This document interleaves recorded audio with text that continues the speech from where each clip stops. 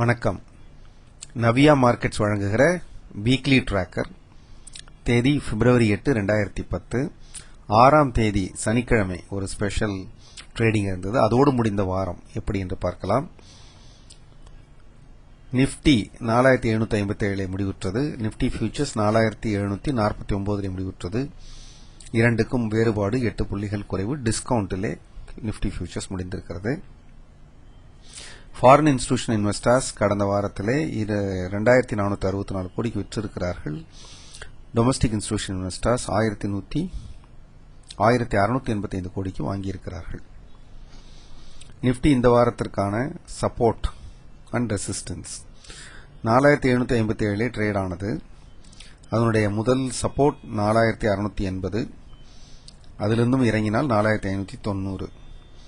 மேலே போகிற பொழுது 4850 முதல் ரெசிஸ்டன்ஸ் ஆகவும் 4950 இரண்டாவது ரெசிஸ்டன்ஸ் ஆகவும் இருக்கும்.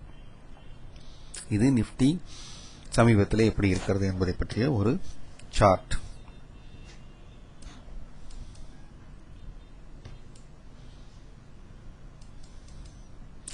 நிப்டி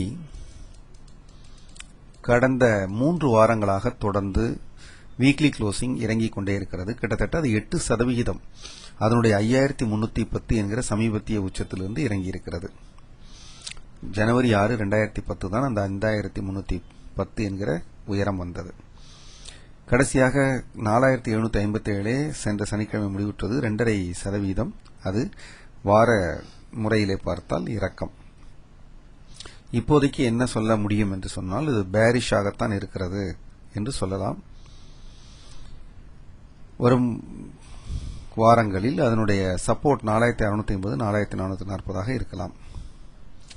இன்னொரு விஷயம் என்னவென்று பார்த்தால்,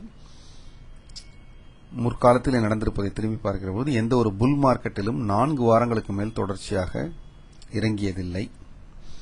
அதன் காரணமாக நிப்டி இப்பொழுது 4940, 5080 என்கிற அளவுகளுக்கு மேலே உயரலாம் என்றும் சொல்லலாம்.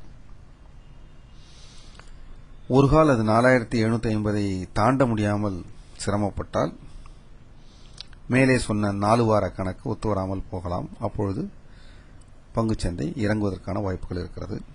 எப்படி ட்ரேடிங் செய்யலாம் என்று பார்த்தால் 4750க்கு கீழ் இருக்கிற வரை விற்கவே முயற்சி செய்யலாம். 4440 இலக்காக வைத்துக் கொள்ளலாம். 4750க்கு மேல் இருக்கிற வரை நிப்டியை வாங்கவே செய்யலாம். 4940 அதனுடைய ஒரு இலக்காக வைத்துக் கொள்ளலாம். அடுத்த வாரம் சந்திப்போம். வணக்கம்.